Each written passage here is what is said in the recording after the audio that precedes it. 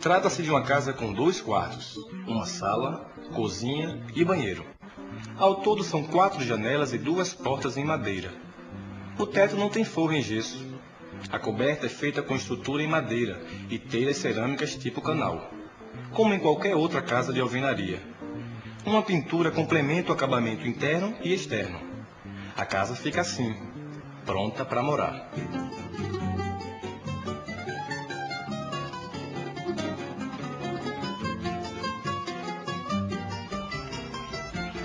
Você continua a marcação das paredes externas do mesmo modo. Para facilitar o seu trabalho, você pode usar um esquadro como este aqui.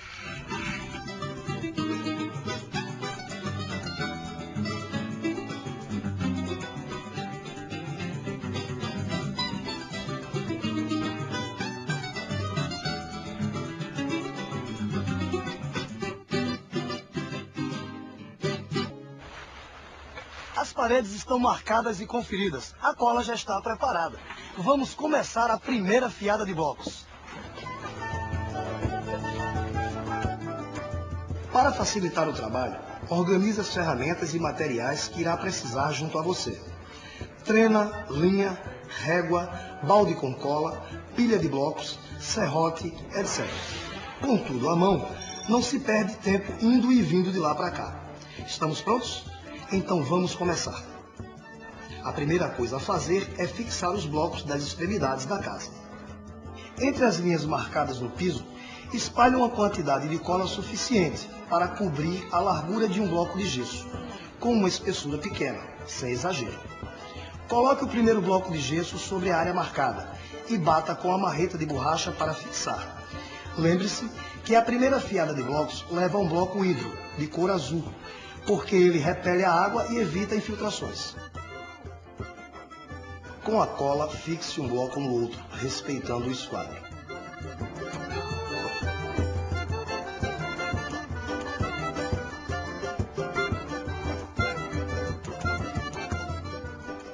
Para garantir a amarração deste encontro, instale os blocos da segunda fiada.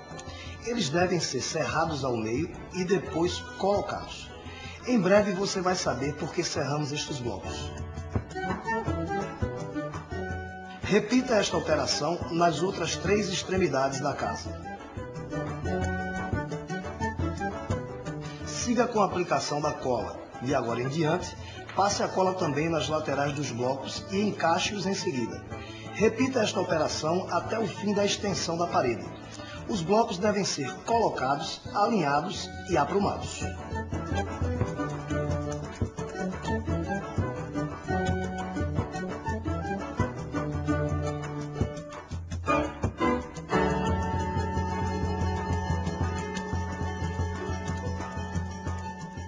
Viu como se confere o perfeito alinhamento? À medida que você vai encaixando os blocos, use uma régua de pedreiro, como esta que está aqui, encosta na parede, toda por igual, verifique se não há nenhuma folga. Depois, confira a verticalidade usando um prumo.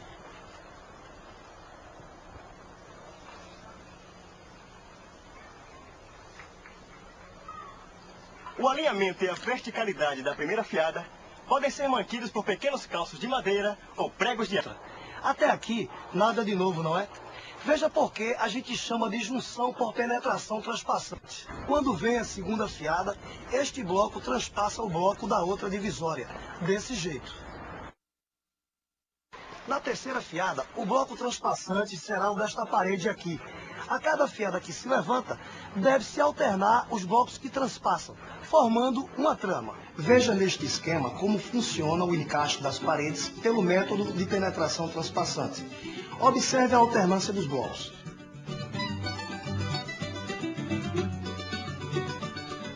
Agora veja mais um pouco os nossos colegas em ação.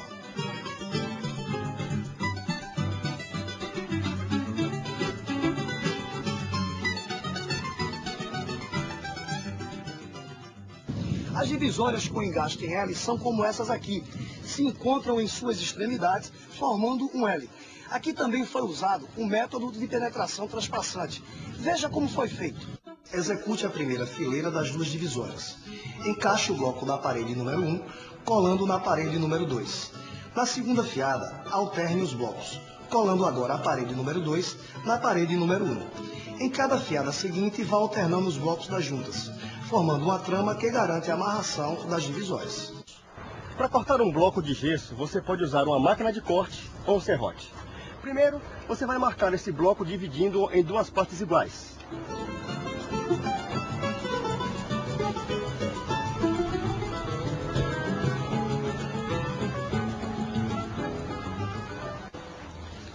Feito isso, coloque o bloco de pé e serre-o seguindo a linha que você tracejou.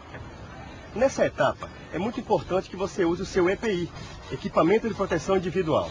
Nesse caso, capacete, óculos, máscara e luvas.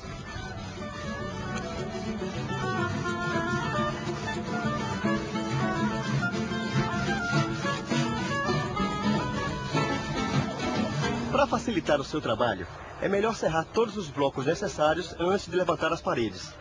Organize as pilhas de blocos de modo a facilitar o seu manuseio. Com o bloco cerrado, você começa a segunda fiada. E por que serramos o primeiro bloco da segunda fiada? Para garantir a amarração, ou seja, o deslocamento das juntas verticais. Quando você coloca o segundo bloco, irá perceber que as juntas verticais se alternam. Isso dá firmeza na parede. Comece a segunda fiada posicionando o bloco cerrado e depois continue com o bloco inteiro. Prossiga a colocação da segunda fiada. Quando chegar à terceira fiada, continue com a alternância das juntas, ou seja, monte a terceira fileira de blocos, deslocando as juntas verticais. Use um bloco inteiro desta vez e prossiga com os outros. O deslocamento entre as linhas verticais deverá ser de, no mínimo, 3 vezes a espessura do bloco. Por exemplo, se o bloco tem 10 centímetros, desloque as linhas em 30 centímetros.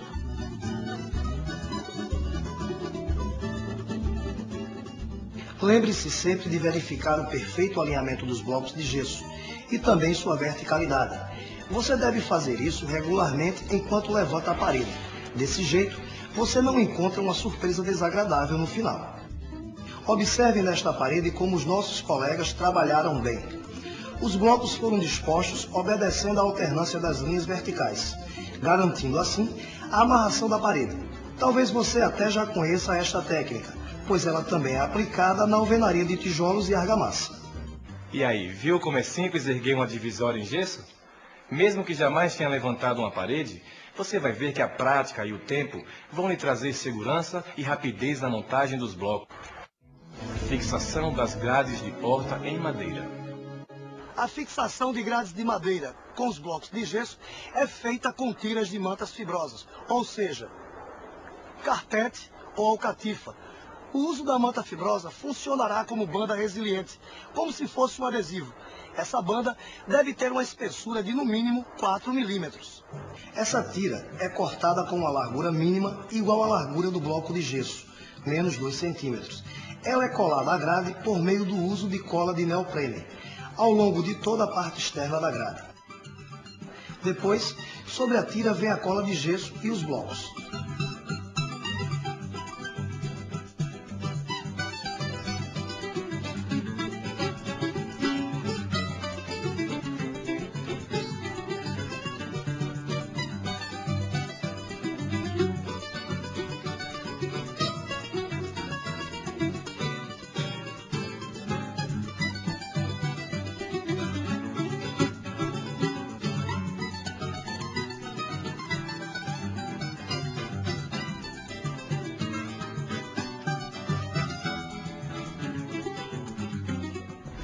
Hoje vimos muita coisa interessante. Nossa casa já está tomando forma e você deve estar impressionado com a rapidez que os blocos de gesso permitem. E por falar em tempo, chegou a hora da nossa revisão. Vamos lá? Revisão.